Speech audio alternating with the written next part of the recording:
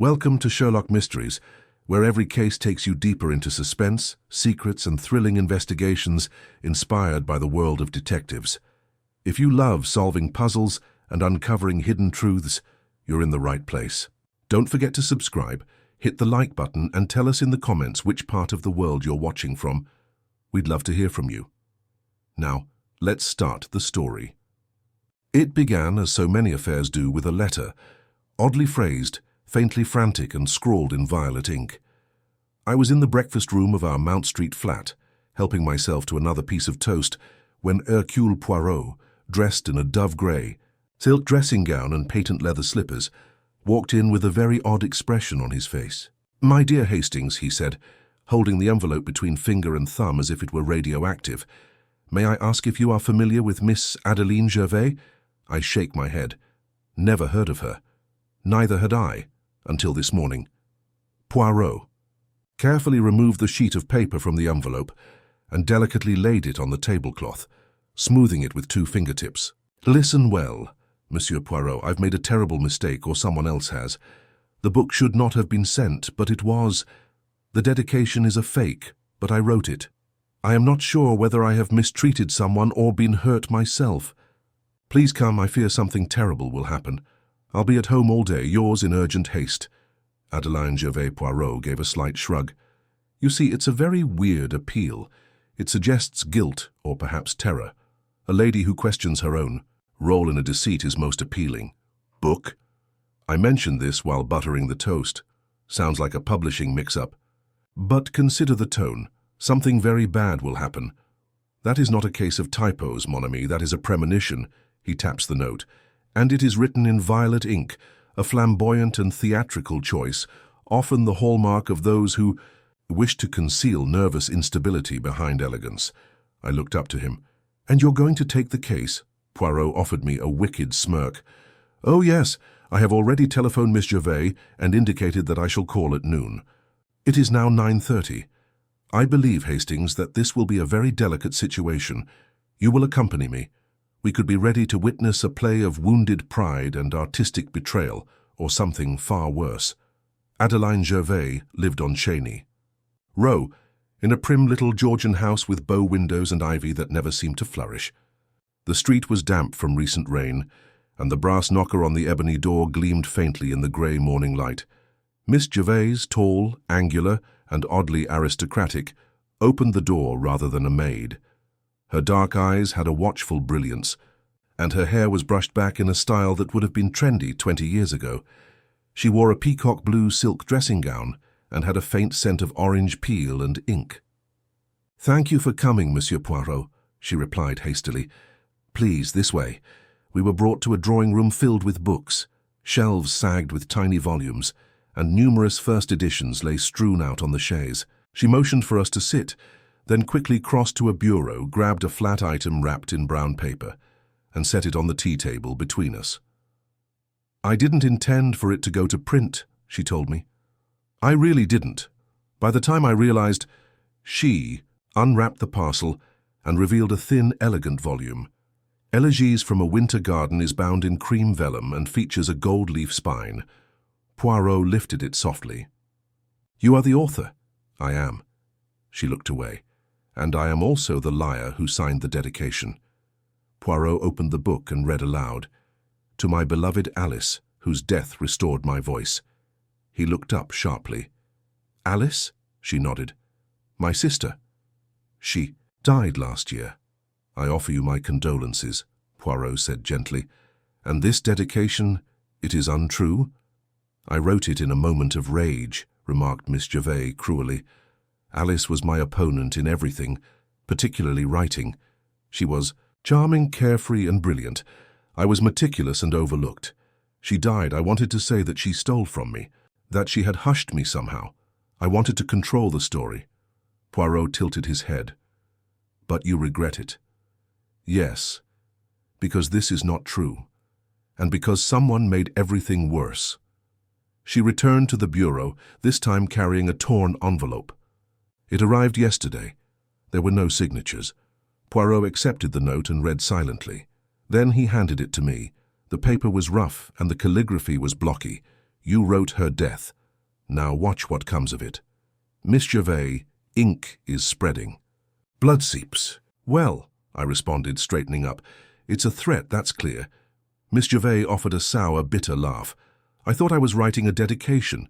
Instead, I penned an epitaph. And now someone is interpreting it literally. Poirot raised a hand. Mademoiselle, may I ask, who knew of the dedication before it was published? She paused. I only shared the manuscript to 3 individuals. My publisher, Felix Darnley. My typist is Miss Edna Holling, and, her voice wavered, my brother-in-law, Julian Tremaine. Poirot's eyes narrowed. The widower? Yes. He was devastated when Alice died. But he's also a critic, and a harsh one. He referred to the dedication as unnecessarily provocative. I believe he was being kind.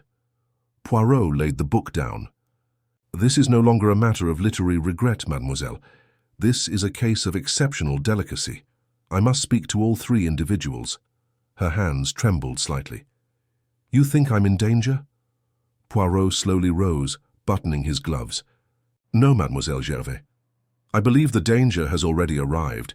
The only issue is, where will it strike next? As we stepped outside into the moist spring air, I returned my attention to the small cream book in Poirot's hands. What are you thinking, Poirot? Someone trying to scare her? An enemy of the family?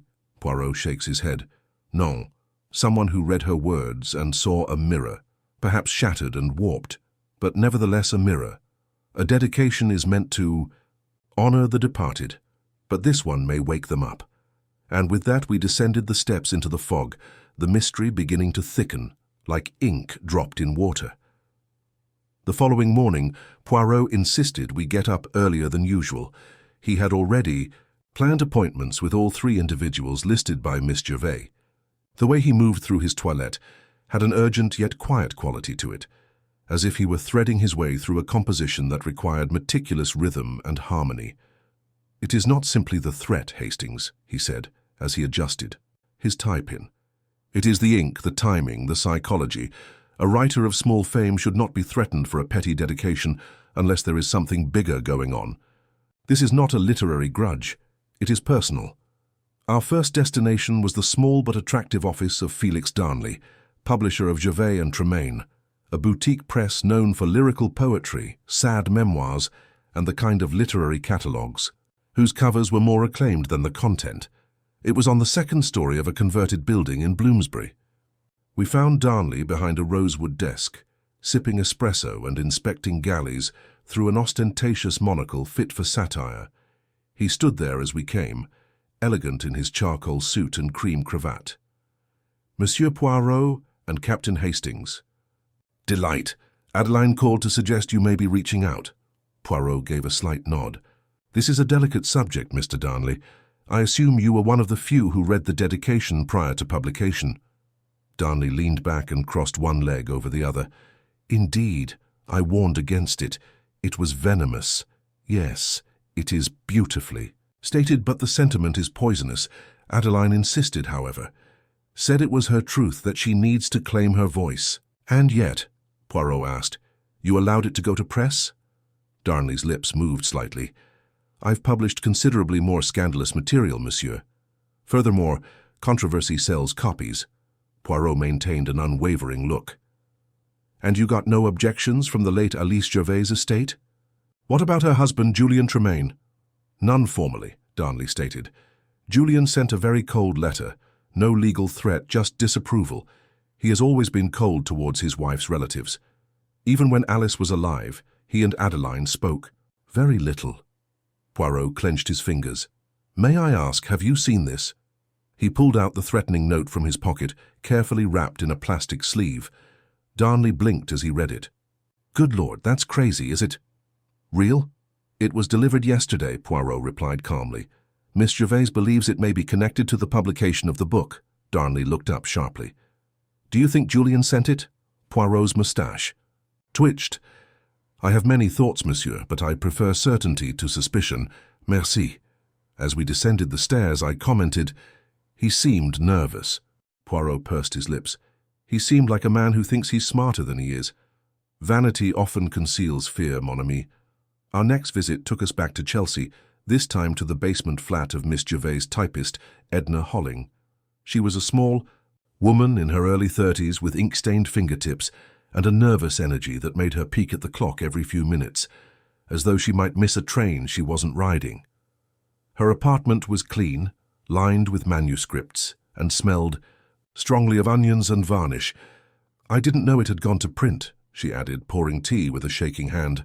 "I typed the manuscript, certainly, but I expected there to be more drafts. There generally is." Poirot sat erect, his legs crossed softly. "And did you read the dedication?" She paused. "Yes, I observed it. I felt it was cruel. But—" "You said nothing?" Edna sighed. "It is not my responsibility to assess what a writer says. Besides, Miss Gervais was always nice to me. I figured it was some creative device." Poirot observed her for a long time. "Forgive me, Mademoiselle Holling. Was there any conflict between you and the late Alice Gervais?" Her eyes expanded. "I barely knew her. She died before I even met Adeline. But you are aware of her reputation?" A flicker of something passed across Edna's face.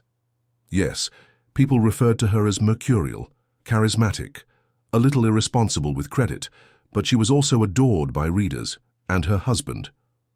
"And that," said Poirot, "is where the story begins to fracture." She looked at him. "You think someone's trying to hurt Miss Gervais over Alice?" Poirot did not respond. He just rose, bowed his gratitude, and gently touched his hat. As we walked back out into the street, I turned to him. "She seemed genuinely frightened." "She is," replied Poirot, "but not for murder. Regarding reputation, there is a clear distinction, Hastings. We grabbed a taxi to our final destination of the day, Julian Tremaine's Hampstead residence. It was a bleak, glass-filled modernist structure perched atop a steep incline. The man himself greeted us in a minimalist parlor, clad in a high-necked black jumper, his look serious and impenetrable. He was pale, tall, and flawlessly still, as though movement may disturb some inner equilibrium.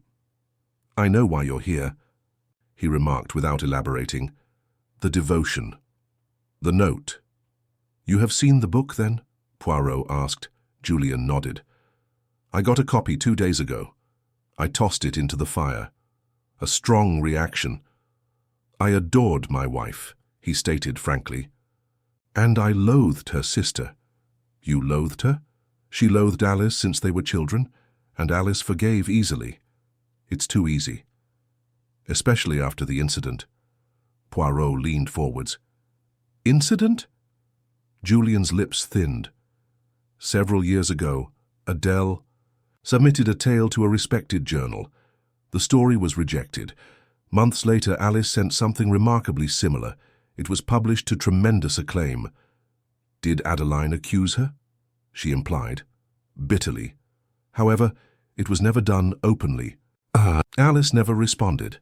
Poirot's eyes gleamed. "And did you believe Adeline's implication?" "I believe that talent can cause envy in those who have less of it," Julian stated coldly, "and envy can turn vicious." Poirot did not respond for a long time. Then gently, "May I ask where you were yesterday morning?" "I was here," Julian confirmed, "with my gardener and estate manager." "You are welcome to confirm it." Poirot rose. "Thank you, monsieur. Is there anyone else who feels emotionally invested in defending Alice's memory?" Julian didn't blink. Alice had admirers. But only one husband. As we returned to the street, a faint drizzle began to fall. I was ready to speak when Poirot raised his hand. "Not yet, Hastings. Not yet. There's too much dust in the air. One must wait for it to settle." "But what do you make of them?" Poirot's expression was unreadable. "3 people, 3 truths. There is one missing sentiment. Remorse. None of them, Hastings, regret their actions. And that, my friend, is the most hazardous ink of all." That evening, while a fire crackled in the hearth and London fog brushed softly against the windows, Poirot sat immobile in his armchair. He hadn't said much since we returned from Hampstead, and I knew from previous experience not to interrupt him when he was in such reflective moods. The violet letter, the book, and the threatening note were all neatly arranged on the side table. His gaze, however, was riveted on a single object, the dedication to Elegies from a Winter Garden. I eventually ended the stillness. Everyone had reasons to detest Adeline's choice, Poirot. Julian, most clearly. But Edna and Darnley weren't too pleased with it either. Do you believe one of them penned the note? Poirot's voice remained silent. I like your ability to think in terms of cause and effect, mon ami. However, this is more than just an infraction. The note was not written in fury, but in calculation. Whoever wrote that intends to instill fear, not shame. They're using ink as a weapon rather than a protest tool. I frowned. But why now? Why wait till the book has been printed? They had weeks and months to object. Because, Poirot replied, rising, this is not about preventing a publication, it is about using one. And I suspect someone plans to use it again. He strode to the writing desk and carefully penned a brief telegram. To whom are you writing? The typesetter, Poirot answered, sealing the envelope. I would want to confirm the printing time, and if there were any last-minute modifications. You see, Hastings, the order of events is critical here. A dedication, once decided, should not change unless someone wills it to. If that individual has access to the final draft, you think someone changed it? I asked. I believe someone wanted to keep it in, despite concerns. That's a far more subtle form of sabotage than deleting it. Before I could inquire further, the doorbell rang. Poirot's eyebrows rose in amazement. We are not expecting callers, are we? I shook my head and proceeded to answer. A young woman stood on the threshold, soaked from the rain, her coat clinging to her tiny frame. Her limp, pallid hair was stuck to her cheeks. She appeared to be in her mid-20s, with an anxiousness that bordered on breakdown. You must be Poirot, she exclaimed hurriedly. I'm sorry to intrude. My name is Florence Vale. I was Miss Gervais' student. May I come inside? Poirot, who had already moved to offer her a seat and a towel, made a friendly gesture. Of course, Mademoiselle Vale. You've come for the book? Her eyes moved nervously. Yes, I thought you should. Dowson, something occurred this afternoon. I discovered someone going through Miss Gervais' writing desk. This attracted both of our eyes. Where did this occur? Poirot asked. At her house on Cheney Row. I've been staying with her temporarily, assisting with letters and organizing old writings. She handed me a key. But today, when I got back from the market, the front door was unlocked. I suspected she had returned early, but when I entered, the study door was open and someone was inside. Poirot leaned forwards. You saw their face? She shakes her head. No, they ran past me down the hall. I only saw a glimpse. I believe it was a male, dark coat. They were swift. I pursued them down the street but lost them in an alley near the Mews. And what precisely were they looking through? She reached into her coat and produced a stack of papers. These they left them behind. Early poems, I believe. There's a lot of ink scribbled out, some unusual marginalia. I thought they were nothing. But then I noticed one of the pages had Alice's name on it. Poirot accepted the parcel reverently. His eyes narrowed as he examined the top page. This is not just poetry. This is a draft dedication. See this post, which was published months ago, and this one. Mademoiselle Vale, do you see what is missing from this version? She blinked. The line about Alice? Exactly so. Earlier, drafts make no mention of her. That phrase only appears in the final typeset version. Whose death restored my voice. I sat forward. You mean she added it later? Poirot gave a slight shake of his head. No, Hastings. I think someone else did. There was stillness in the room. Florence muttered. But why would anyone add that if it was so cruel? Poirot rose and began pacing quietly. Because it appears to be from her, and because, if published, it would change the narrative surrounding her sister's death, turning her from a bereaved sibling into a cunning opportunist. You see, mademoiselle, dedication is not just personal, it is public. It rewrites memories. I felt a cold. You're saying someone deliberately manipulated the key. Typeset draft to include a dedication Adeline never approved. Poirot taps the pages. Or never entirely approved.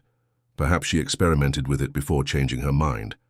However, I believe she did not hold the final copy submitted to the printers. Someone made sure that line got it through. Florence sat there, shocked. And now she's being threatened for it. Poirot nodded seriously. This is a trap, mon ami, a cruel and cunning one. She is portrayed as having defamed the deceased, and once the ink dries, the poison begins. We spent the rest of the evening inspecting the bundle, but it was evident that the pages were incomplete, ripped, reordered, and hazy from water damage. Florence departed around midnight, promising to return the following morning with more of Adeline's manuscripts. When she left, Poirot poured himself a tisane and stared at the flames. Fair, it's all connected, Hastings. The ink, the dedication, the moment of publication. And the break-in? Ah, yes. Desperation, perhaps. Or panic. If someone was afraid Adeline would learn the truth too soon, they may try to destroy the evidence. However, they failed. I shake my head. But what would justify such an effort? Just to humiliate her? Poirot's eyes blazed. Reputation in Hastings. Legacy. There is no anger like that of an ego that has been permanently damaged. And now the clock is ticking. Someone aims to finish the act they've begun. As he said it, there came another knock at the door. This time, Poirot acted quickly to open it himself. Outside, a uniformed constable stood with his cap in hand. "Mr. Poirot?" he asked grimly. "There has been a disturbance in Cheney Row. Miss Adeline Gervais has been discovered unconscious in her study. Possible overdose. The ambulance is on its way." Poirot's expression did not change, but I could see the rage ignite behind his eyes. "No," he replied gently. "We are too late." He turned abruptly and sought for his coat. "Hastings, come. The game has changed. When we got at Cheney Row, the ambulance had already left, its shrieking siren fading into the city's peaceful fog. A single constable remained on duty outside the house, his breath apparent in the cold, and his notebook gripped in gloved hands. He recognized Poirot right away and stepped aside with the profound respect accorded for specialists summoned in too late. "She was found by the housemaid," he explained. "Miss Gervais was unconscious at her desk. Bottle of veronal on the floor, uncorked. Still feels warm to the touch. She's alive, just barely." Poirot squeezed his lips into a tight line. "And no." "Note? None, sir." He let us in and we up the narrow stairs to the study, where the door was partially open. The room was dim and unlit since the incident, with shadows coiled in corners and a harsh medicinal tang remaining in the atmosphere. On the writing desk was a cup with a pale green rim. Nearby, the sleeping draught vial lay on its side, but what caught Poirot's attention was the mess: papers strewn over the floor, an overturned lamp, and, most intriguingly, a page torn in half. Its fibrous edges still curled from the violence. He bent to retrieve it. "It was not a suicide attempt," he said softly. "Or if it was unplanned. Look at this page. It was pulled from her own manuscript in the middle of a sentence. The remainder of the desk? Ah, yes. It was searched again. But this time, not in haste, methodically." I stood behind him, frowning. "Do you think someone has returned?" "Again?" Poirot's eyes narrowed. "Not someone. The same person. However, they anticipated to find a clue, or perhaps feared Miss Gervais had discovered it herself, and when she refused to yield it willingly, they abandoned her like this." He went to the wall, where a framed portrait hung crookedly of two women arm in arm, one dark-haired and solemn-eyed, the other blonde and dazzling, half laughing into the lens. Poirot glanced at it for a while. "They weren't similar, Hastings. Nonetheless, they were confused for one another in the popular mind. The twin muses. However, there is no balance between them. One absorbed the spotlight, while the other clung to the shadow. The door creaked behind us, and Florence Vale emerged. On the threshold, her face pallid and her voice harsh. "I just returned from the hospital. They say she will survive." "She's still unconscious but breathing." Poirot made a small nod. "Bon. There is still time, then." Florence moved closer. "There is something else. I didn't want to bring it up previously, but after Alice died there was gossip. Nothing definite, only murmurs. People claimed she didn't die of illness, but rather of suicide, which was supported by someone." Poirot turned. Encouraged? Emotionally. Manipulatively. There was a letter discovered, unsigned but in her handwriting. Nobody ever published it. Julian didn't mention it again, but I think— Poirot lifted his hand. You're quite prudent to tell us now, mademoiselle. Tell me, who had access to the letter? Florence gulped. Julian, definitely. Darnley may also be involved. He was very close to Alice in her final months. Some speculation said they were more than just publishers and authors. Poirot's gaze hardened. Indeed, that provides a different perspective. I don't think Adeline ever saw the letter, Florence hastily added, or if she did, she pretended not to. Poirot offered her a modest bow. Merci. And now, could you simply stay here and wait for— the constable? There are more questions I need to ask, from someone who thought the past was settled. We left quickly and took a cab straight to Gervais and Tremaine, where Felix Darnley was once more seated in his office, a light glass of sherry beside him and a galley proof under his elbow. As we entered, he looked up and smiled dryly. Are you— Back so quickly, Poirot. Has anything happened? Poirot didn't sit. Mademoiselle Gervais is in the hospital. An overdose, veronal. Darnley paled. Good God. She will live, Poirot stated crisply, for now. However, someone has gone to tremendous efforts to guarantee she does not talk again. And I must question, have you ever seen a letter written by Alice Gervais before her death? One that may imply despair or manipulation. Darnley paused. I spotted numerous letters. Alice was prolific. Poirot moved closer. A specific one. Unsent. Found following her death. Darnley gazed at him, then away. Julian showed it to me. It was tragic. Alice was fragile at the end. She'd lost her joy. She wrote, of voices in the walls and being chased by shadows. She stated that her sister had taken her final story and convinced the world it was her own. Hastings tensed beside me. And did you believe it? Poirot inquired softly. Darnley gave a sour smile. Alice can be dramatic, but yes, I thought she meant— I think Adeline took that story. Poirot was extremely still. So why publish her? Why allow the dedication if you believe she did something so cruel? Darnley's demeanor worsened. Because I felt it could be her apology. Her method of acknowledging the debt. I thought maybe that was her redemption. You thought it was a confession, Poirot remarked. Darnley flinched.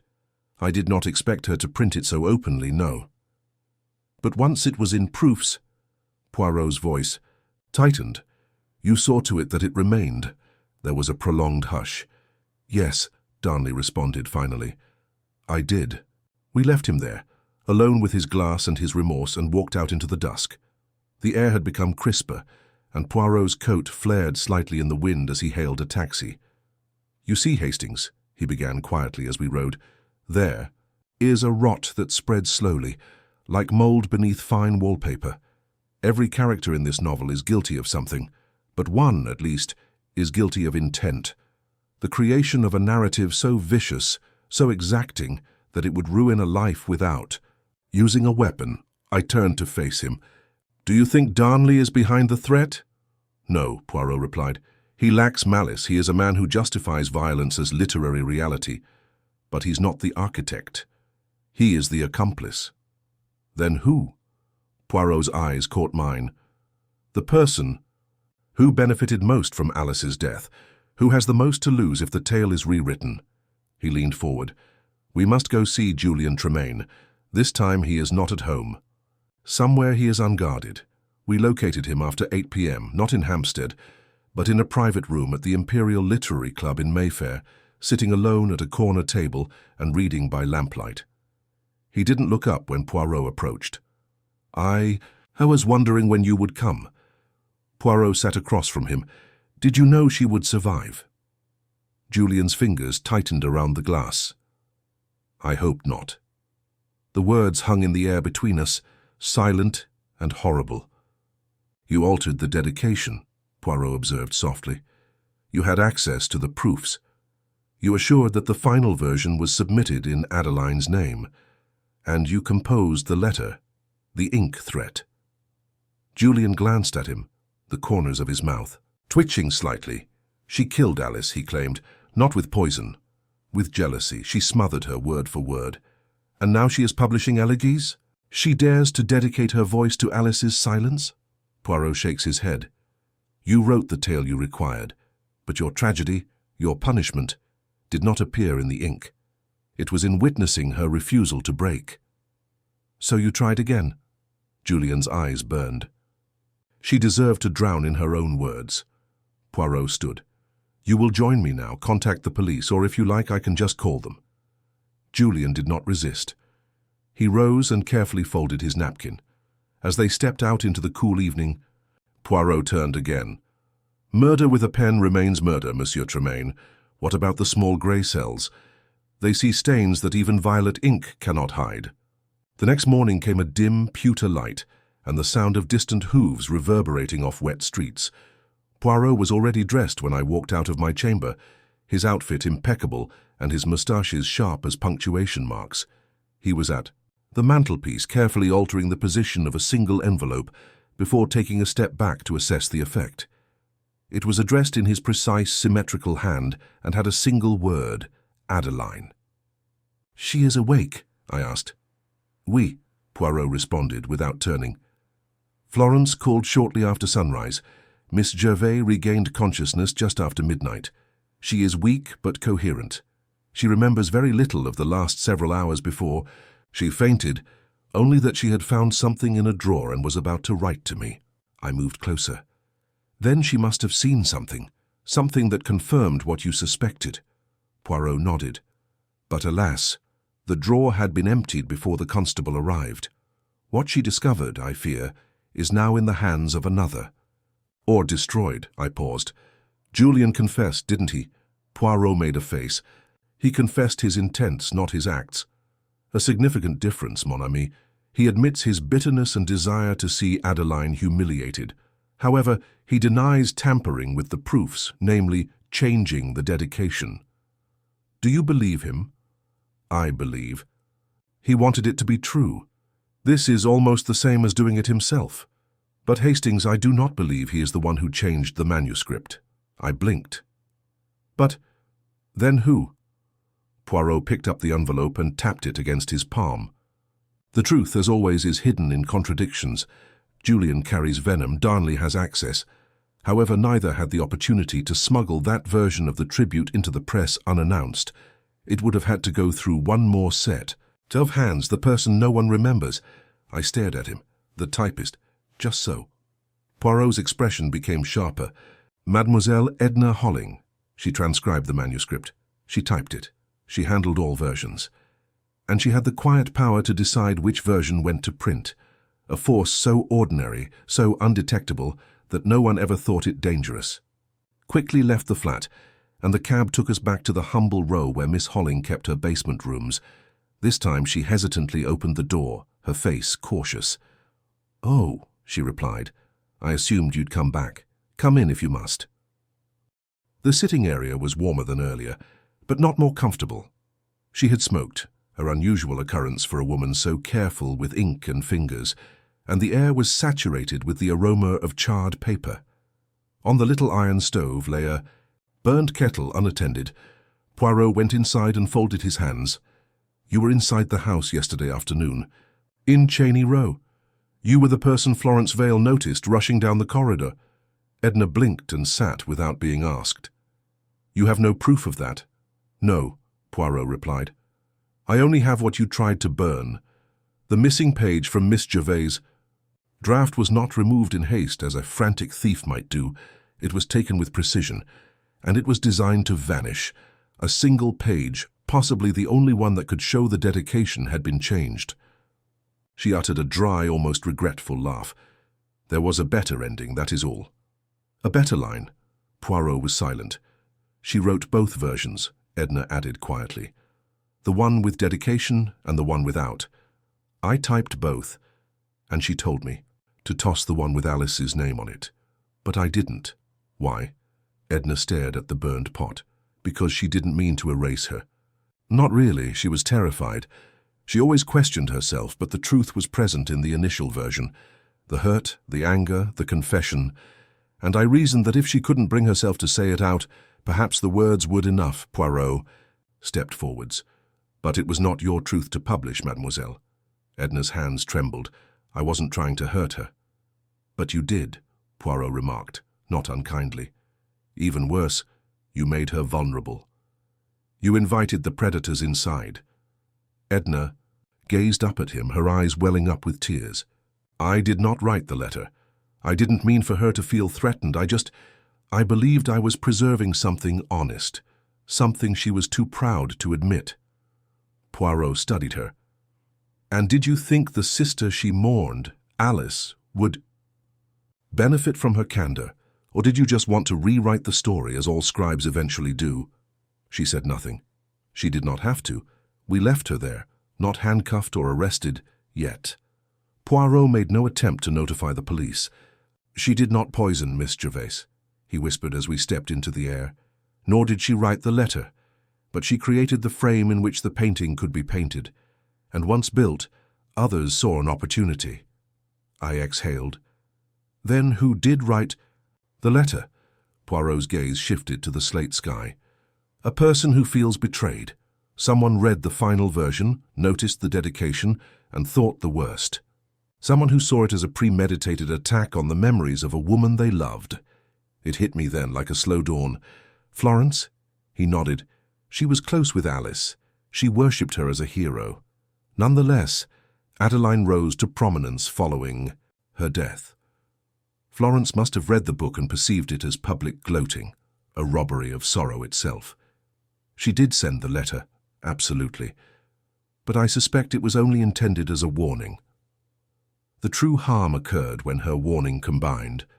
With Edna's remorse and Julian's festering sadness, we returned to the hospital shortly after noon. Florence was nervously waiting in the foyer, clutching a bouquet. When she spotted us, she looked shocked. I didn't mean, she replied. I just wanted her to realize what she had done, to get her thinking. I never thought she'd... Poirot raised his hand softly. Mademoiselle, the knife can be in the hand or in the ink. Did you write the letter? Her eyes flooded with tears. Yes, but I did not sign it. I thought it would frighten her into decency, Poirot sighed. Fear rarely produces repentance. But you're not a murderer, Florence. You are merely a witness who attempted to become an editor. He left her there, and we proceeded into Adeline's room. She was pale, hardly speaking, and her eyes were surrounded in shadow. However, when Poirot handed her the envelope he had written that morning, she read it with shaky hands. Inside was the original page, which had been recovered from Edna's stove barely in time, blackened but legible. Poirot bowed. Mademoiselle, here is your story, not theirs. Finish with care. For the first time since we entered the case, she smiled. Not brilliantly, not with joy, but with something more like to peace. Outside, the clouds began to break.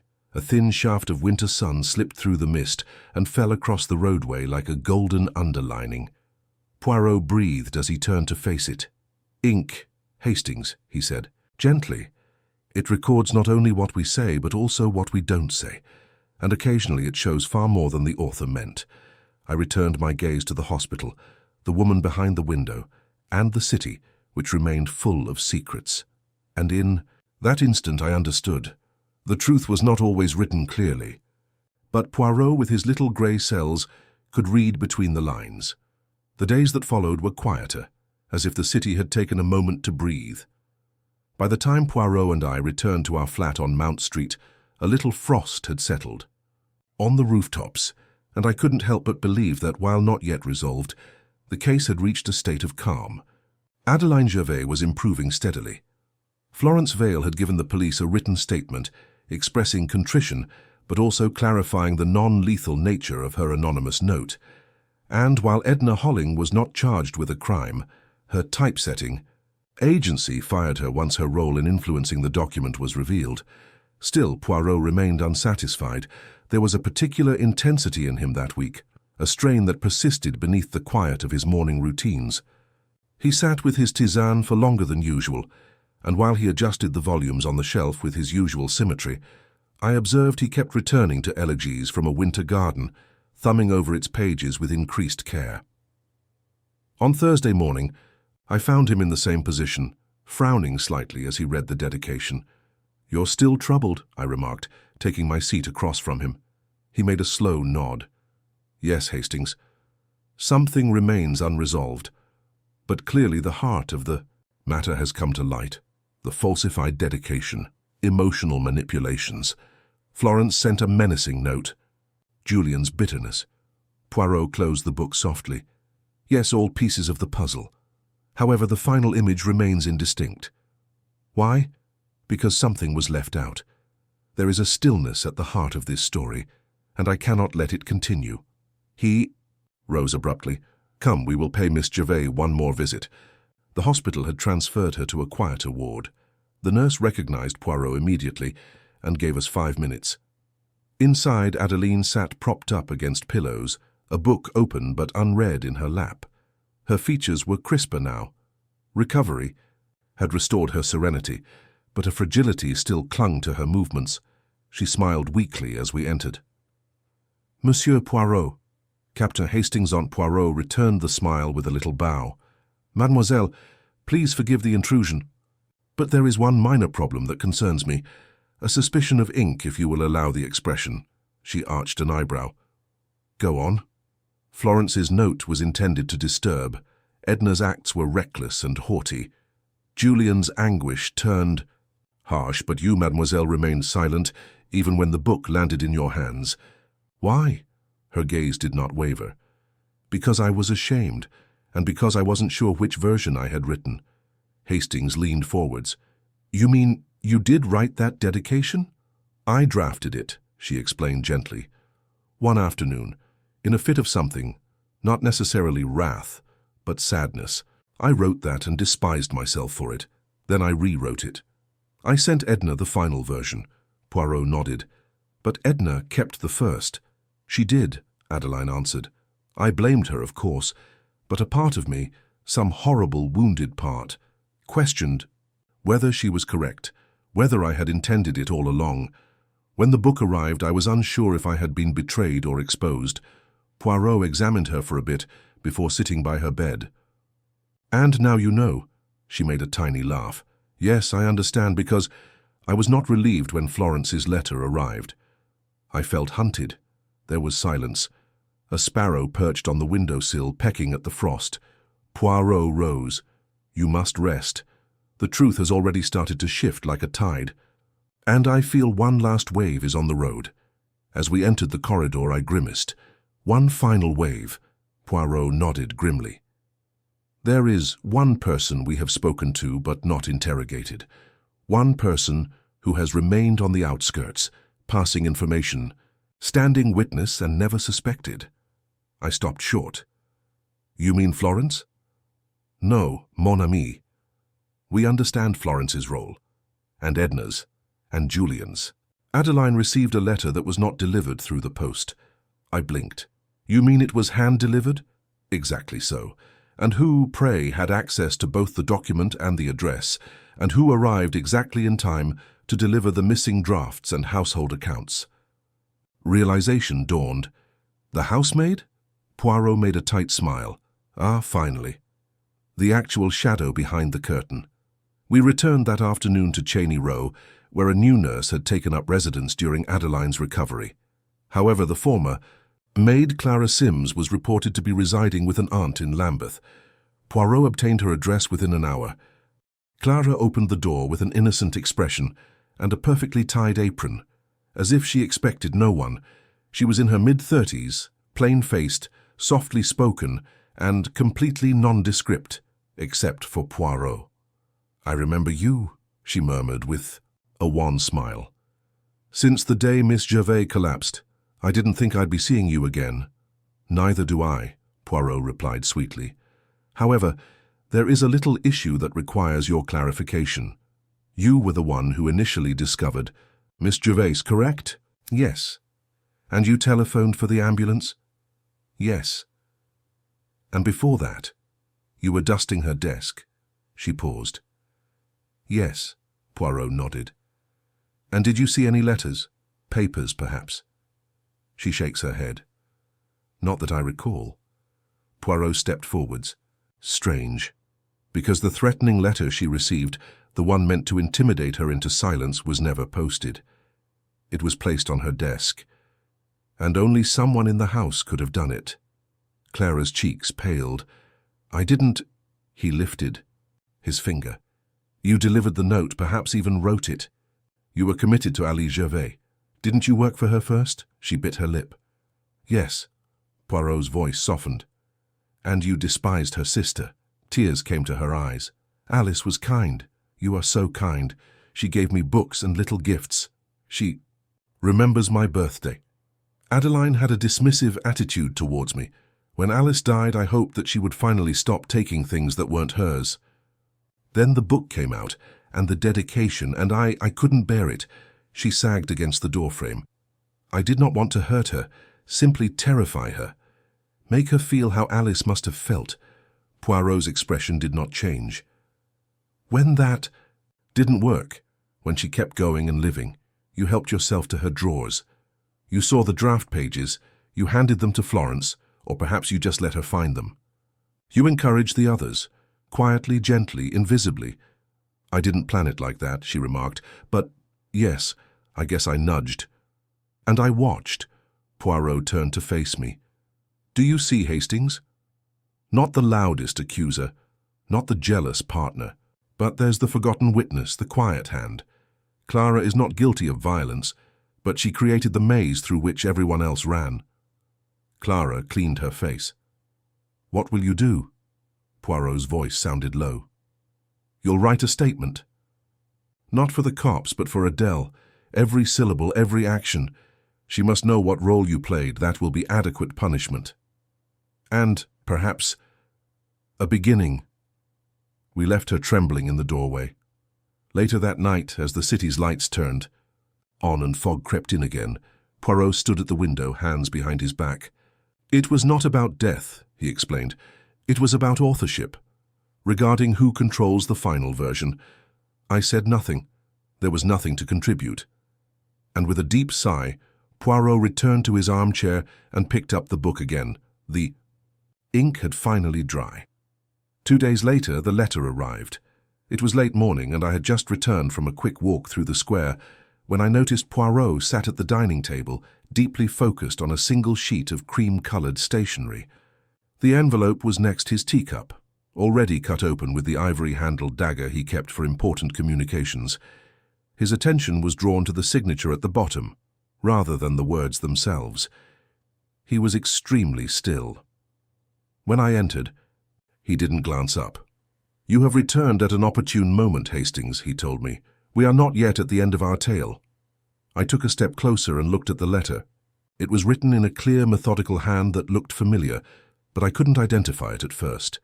The paper had no insignia, and the dateline was left blank. But the last signature, scribbled in violet ink with a purposeful flourish, left. "Amichili Julian Tremaine." "She is gone," Poirot whispered, "and he wishes to be the one to explain it." I felt my stomach turn. "Adeline?" No, she lives. For now. Clara Sims has disappeared." I sat down heavily. "But she confessed." "She confessed to the past," Poirot stated softly, "not to what happened after. And that, my buddy, is what I fear this letter will reveal." I picked it up. The prose was poised, contemplative, and unusually resigned. "Monsieur Poirot, I'm not sure what you plan to do with the information you've discovered, nor Miss Gervais with hers. But I can tell you what Clara Sims did to hers. She left gently. 2 nights ago. She left me this letter, which I am forwarding to you in the hope that you will understand what I did not. You must have realized what I did not. Clara was more than just Alice's maid. She was her confidant, her shadow. Her loyalty seemed harmless, even sweet to me. But Clara wasn't sweet. She was patient. Patient enough to endure death, stillness, and the rewriting of memory. When Alice died, I sought to preserve her memories. I wouldn't let Adeline sully it, but Clara wanted more. She wanted Adeline to be ruined, and when the dedication was printed, she recognized an opportunity. She informed Florence. She handed the drafts to Edna. She whispered the correct words into the wrong ears. She did not threaten Adeline herself, no. Clara was far more clever than that, She let the others move first. She observed what they would do. When it wasn't enough, when Adeline survived. Clara came to me. She sought assistance finishing what she had started. She claimed I owed Alice that amount. That's what we both did. I told her no, but maybe not fast enough, perhaps not explicit enough, because the next morning she was gone. She left behind her apron, keys, and a letter. Not a confession, just 4 words. Now it's finished. Do you believe she intended Adeline or herself? I've enclosed the letter Clara left with me. Make of it what you will, I can't read it again. Julien Tremaine Poirot unfolded the second sheet. It was shorter, stark, and almost bare. Clara wrote in her own handwriting. Tighter and more constricted. I just wanted her to see, to understand what it was like to be wiped. I did not want her to die. I wanted her forgotten. However, it appears that the only way to forget someone is to replace them. She took over for Alice. So I've eliminated her, not with poison. Not with ink, with quietness. Nobody will locate me. That brings me to the end. We sat silently for some time after that. Poirot folded both pieces precisely, inserted them into the envelope, and tucked it beneath his plate like any other piece of correspondence. I did not anticipate her final act, he finally said. I should have. Clara understood stories too well to have someone else write hers. You think she's dead? I asked gently. Poirot's mouth twitched downward. I think she wants us to believe that, which is practically same. We did not discuss it again until later that day when Florence called. When she returned to Cheney Row to recover a few of her items, she discovered something new. An envelope left in Adeline's desk's top drawer. Adeline wrote it in her own hand and addressed it to Florence herself. Poirot and I arrived within an hour. Florence met us at the door, clutching the letter to her chest. Her eyes were rimmed in red, yet her voice was calm. She knew, she whispered. She knew I had sent the note. She says so right near the end, but she says she forgives me. Poirot carefully took the letter from her, read the first few words, and then returned it. She has accomplished what none of the others could, mademoiselle. She has claimed her narrative. Florence blinked at him. What do you mean? Poirot motioned to the room around us. This house is filled with echoes, words unspoken, drafts are unfinished, lives are only half lived in the shadow of others. But she has now come out, not as a victim or a grief thief, but as a writer, of her own story. Florence gave a little nod before sitting down, shaking slightly. When we left her, Poirot stood on the porch and glanced back at the house, his gaze going up the stone to the bow window of the study where the trouble had begun. It is over, I said. Poirot shook his head gently. No, Hastings. Nothing like this ever fully ends. The ink fades. The paper yellows. But the intentions remain. They live on in people's memories, in how they choose to remember. As we went back through the fog toward the square, I turned to face him again. And what about justice? Will Clara be found? Punished? Poirot glanced ahead, his countenance unreadable. Mon ami, not all crimes are tried in court. Some are attempted in isolation, in exile. In silence, we crossed the street. The gloom closed up behind us, and somewhere not far from Cheney Row, a woman with no name folded her apron one more time before disappearing into the world's blank margins. The next morning offered remarkable clarity. The fog that had lasted for days had finally dissipated, and sunshine shone on the rooftops with a pale, clear clarity, as if the entire city had been cleansed of its secrets. Poirot was already sat at the window, gazing out across Mount Street, his fingertips squeezed together in reverie. His untouched cup of tisane had become tepid on the saucer next to him. There's something about the ending of a mystery that is never quite satisfying, he said without turning around. One expects finality, justice, but frequently what one obtains is only the conclusion of movement. Not of any consequence. I moved to the table and poured myself a cup of coffee. You're still thinking of Clara. Of all of them, he said. Florence and her mistaken loyalty. Edna has moral vanity. Julian's pride has turned to poison. And now Clara, who may have merely wished to protect the memory of someone she loved. They did not conspire, but each of them sharpened the blade that the others were using. I closely observed him. "But you believe she's alive?" Poirot nodded. "Once. I do. Clara Sims is not a lady who craves forgetfulness. She desires control. Her departure was staged, with the intention of creating a sense of closure. But if one listens closely, one hears that it is only a pause. A full stop marks the end of an ellipsis." He arose abruptly. "Which is why, mon ami, we must visit the cell. Publishers one final time." We returned to Gervais and Tremaine shortly after noon. Felix Darnley returned to his desk, but he appeared tireder than before, his perfect collar somewhat wilted, and his half-smile lacked conviction. When he noticed "Hers," he sighed deeply and motioned to the chairs across from him. "I suppose you're not here for literary gossip?" Poirot sat gently, hands folded. "We're here because the narrative hasn't ended." "Not really. And I require your support to ensure that it does." Darnley lifted his eyebrow. "What can I do?"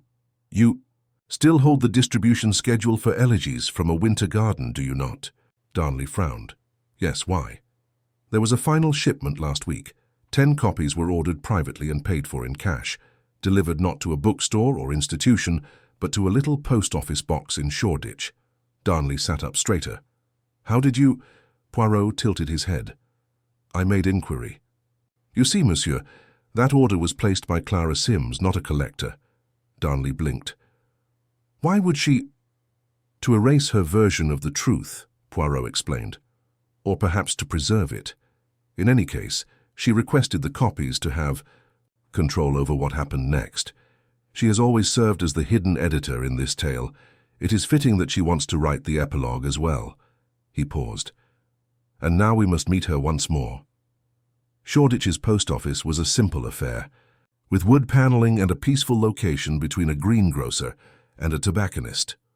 The clerk at the desk, a skinny man with an unusual memory, remembered the woman who had collected the parcel 2 days before. He hadn't asked her name. She had worn gloves, but she had provided a forwarding address. We found it an hour later, a modest and anonymous rooming house near Clerkenwell, where you could stay for weeks without notice. The landlady, first distrustful, warmed soon to Poirot's charm and admitted that indeed a Miss Sims was present, going by the name Miss Elspeth Carr. She had paid with cash, very quiet, kept to herself. However, she had left that morning, leaving behind only a sealed envelope. Poirot took it gently and thanked the woman.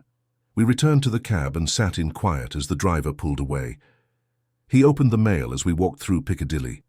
Inside was a single page, folded once. "Monsieur Poirot, I knew you'd find me. Not to punish, but to understand. Which is why I left this. There is no address now. I am somewhere else. But you must understand that I never wanted to kill her. I merely wanted to balance the scales. But scales never really balance, do they? Not if love is involved, not when sadness is left to rot in the corners. I leave you with the copies. They're hers now. I shall never touch her words again. Do with them what you will." C.S. Poirot refolded the letter and slipped it into his pocket.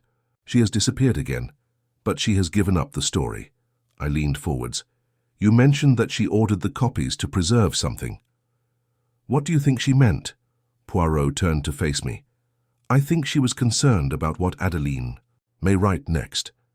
Clara feared modification, not death. She dreaded being overwritten. That evening we returned to Cheney Row, where Adeline had resumed her abode under the care of a private nurse. She looked pale but upright, sitting at her writing desk with her hands ink-stained once more.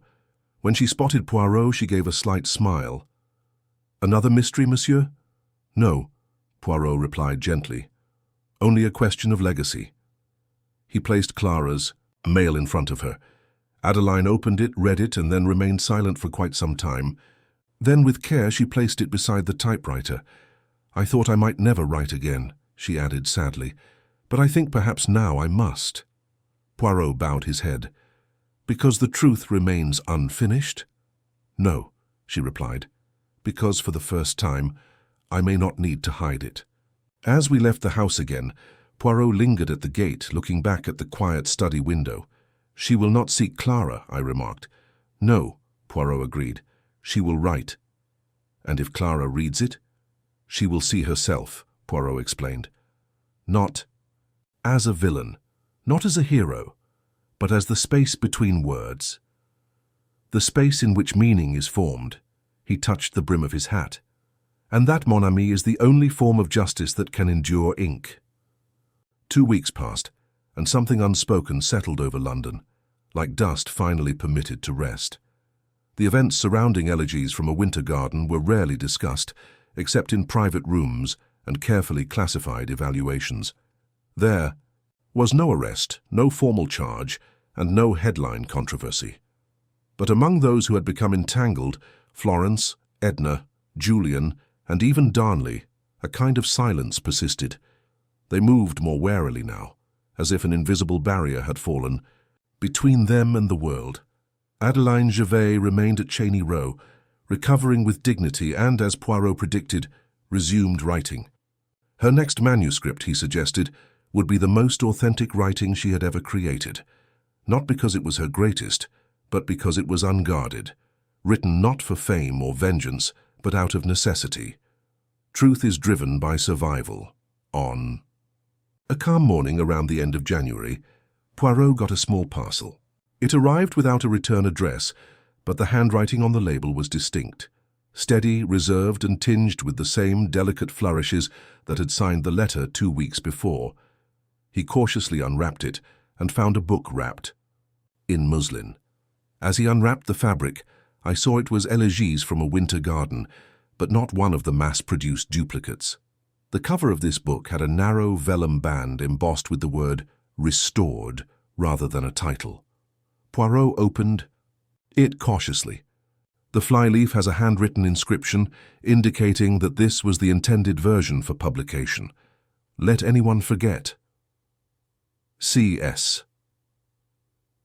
The dedication page underneath the inscription had modified.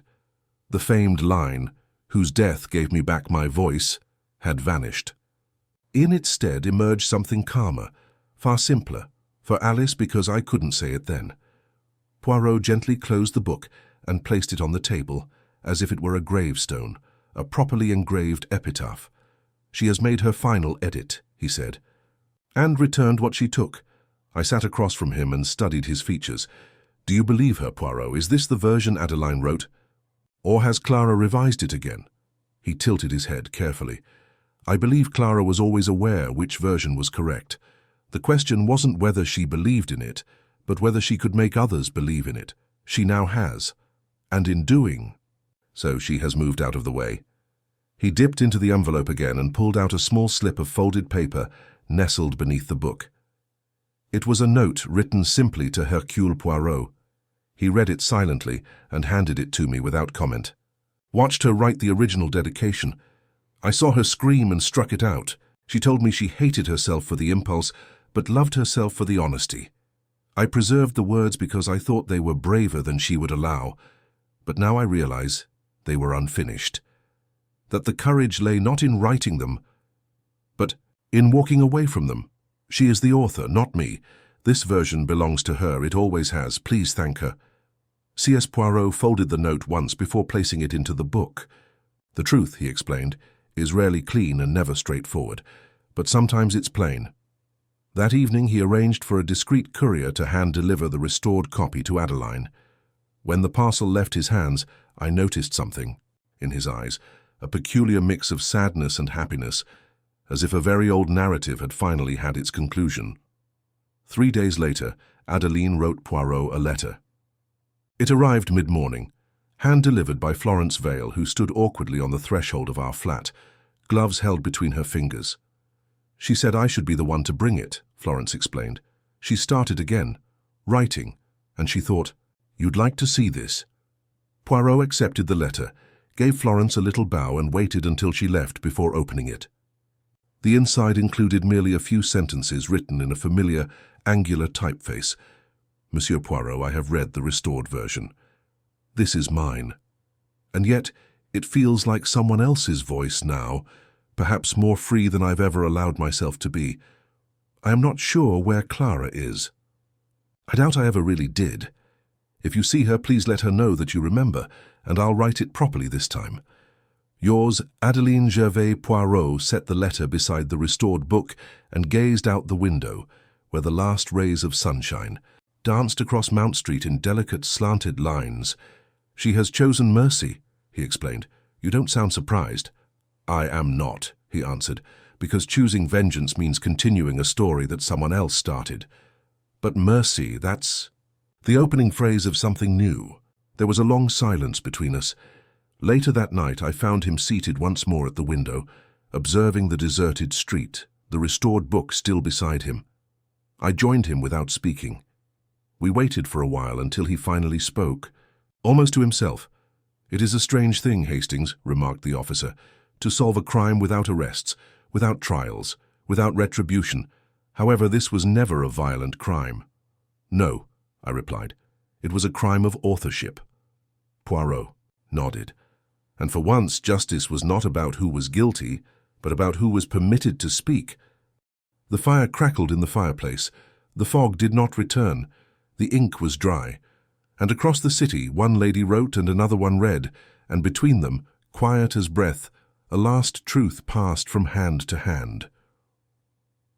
On the 7th evening after the restored copy had been delivered to Cheney Row, the knock came, a quiet, hesitant sound barely louder than a question. I was looking through the mail in the sitting room, and Poirot had just completed his evening tisane, still sitting in that perfect position by the fire. When he heard the knock, he raised an eyebrow, but did nothing. I responded. Florence Vale stood outside. Her coat had a delicate sheen of rain, and she didn't have an umbrella. Her eyes, wide and seeking, found Poirot immediately behind me. I'm sorry, she replied. I understand it's late. I need to speak with you. Poirot rose, ushered her inside, and pointed to the chair across from him. Florence took a seat without removing her outerwear. She sat stiffly, hands folded in her lap as if to brace herself. When she finally spoke, her voice was tense with something I couldn't quite describe. She sent me a letter. Poirot tilted his head. Miss Gervais? No, Florence replied gently. Clara. The silence that followed was unlike anything I'd heard in our flat, long, steady, and full of meaning. Poirot remained motionless, waiting for her to continue. It arrived in the afternoon. No address, just the letter inside, and one more thing. She delved into her coat pocket and took out a little cloth-bound volume. Another copy of Elegies from a Winter Garden. This one had no unusual markings or inscriptions, at least not at first glance. Poirot carefully removed it from her grasp and opened to the dedication page. It had been adjusted. The printed dedication had been substituted by a pasted-over strip of rice paper on which the following was written in a precise, looping script. There are some things that the living must say about the dead, even if they are unsure whether they are true. This is one. C.S. Clara's handwriting was apparent beneath the faint graphite line. Florence, tell her I also forgive her. Poirot closed the book carefully. Florence stood motionless, watching him. She's not gone, Florence remarked. Not really. She is still watching the story. Poirot didn't respond at first. Then he spoke softly. She is allowing it to end. Florence inhaled, held it, and then exhaled. I wasn't sure what to do with it. I thought maybe you should keep it. Not to analyze it, not for this situation, just to hold it. Someone should. Poirot gave her a warm, albeit slight grin. Then it will remain here, but only until Miss Gervais completes the next book. Florence blinked. You think she will include Clara? I suppose, remarked Poirot, that she already has. Clara Sims is a ghost that haunts every page Adeline writes now, not as antagonist or ally, but as a boundary, the difference between regret and grace. He leaned closer and spoke quietly. Don't underestimate what you offered her, mademoiselle. When you offered her the restored copy, and now with this new one, you gave her voice. More than that, you allowed her quiet to be meaningful. Florence looked down, and this time she spoke more steadily. I used to think words were everything, she told me, that controlling the words gave you influence over the truth. But now I believe that the space between them, what you choose not to say, is where the truth lurks. Poirot nodded once. The Ellipses between confessions. She stood there, softly declining the tea I offered, then left without a pledge to return. Poirot sank back in his chair as the door closed behind her, returning his attention to the volume she had left. He held it in his hands for a long time, carefully turning it, as if it were an object of memory and meaning rather than paper and ink. I watched him and finally asked, "What now?" He looked up at me. "Now, Hastings, I'm nothing. For once, we do nothing. The story has progressed past us. We made it to the final page. Now it is theirs." Still, there was one strand that gnawed at me. "Do you really believe Clara's gone for good?" Poirot smiled, little and enigmatic. "Gone? Perhaps. But not deleted. A woman like Clara does not disappear. She relocates. She hides not in geography, but in the consequences. Perhaps she is reading every word Adeline writes, line by line, waiting to see if she is ever mentioned." He looked at the fire, which was starting to fade into a deep orange glow. "Or perhaps," he said, "she has picked up her own pen." Later that night, although I retired early, Poirot remained at the window until after midnight, seated with the amended copy in his lap. He had not read it. He simply held it as if bearing witness, and from the hallway I watched him from the shadows for a while more before softly leaving. It was not the typical case we were used to. There was no body, no murder weapon, no locked room or timed alibi. The crime had persisted in language nestled in drafts and breathed through edits and omissions, and the resolution, if you can call it that, was a surrender rather than a victory. However, Poirot had always maintained that the truth, la vérité, was never punishable. It was a matter of ordering, and order was restored not by courts or police, but by the appropriate words finding their way back onto the page. A few days later, a package arrived. No note, no signature, a galley proof for Adeline Gervais' upcoming. Book was wrapped in brown paper.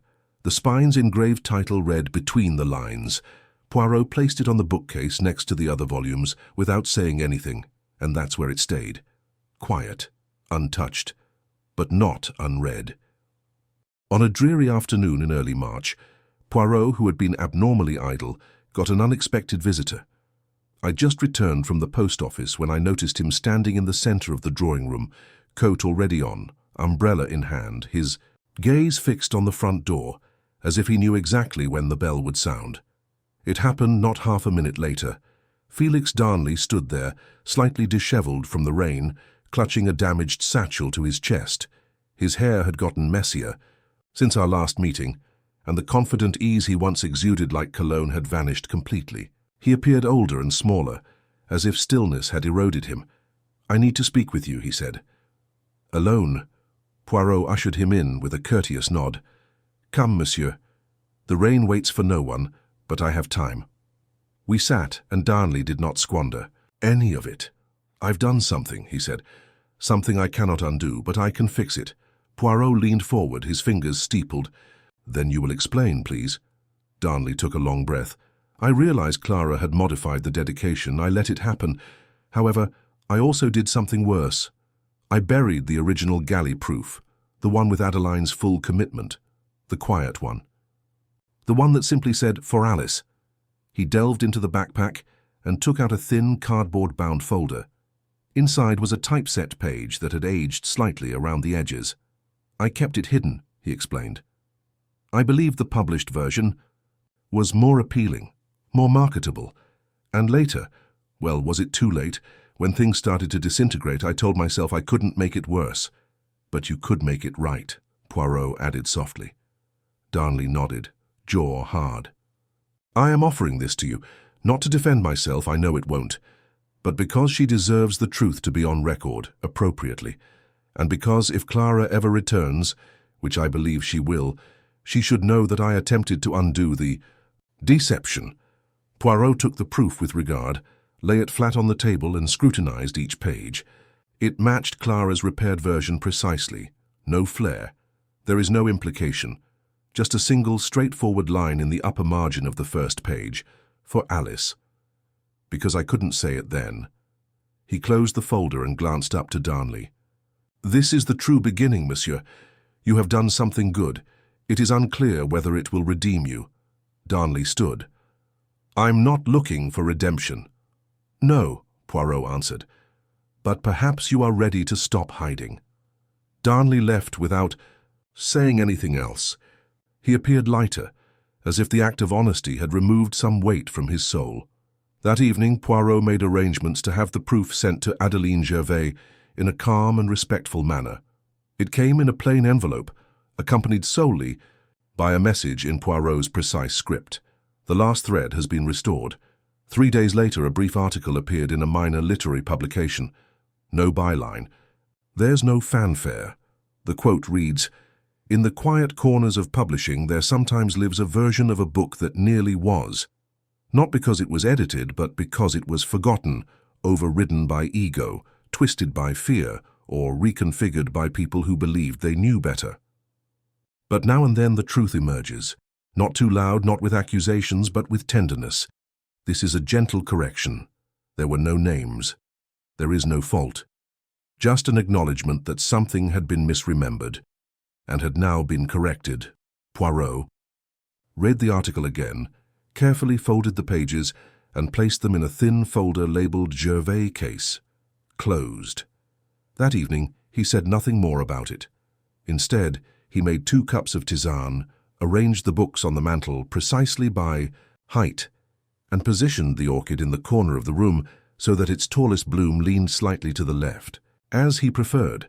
And while we sat by the fire, he grinned not with triumph but with contentment. "You see, Hastings," he said, "justice is not always served in courtrooms. It is sometimes served in the footnotes, in the acknowledgements. In final editions." He gave the folder a little tap. "And now the page may turn." And with that we sat in silence while the fire died down and the wind glided softly across Mount Street. Behind us the volumes were in immaculate order. For once, the past remained exactly where it belonged.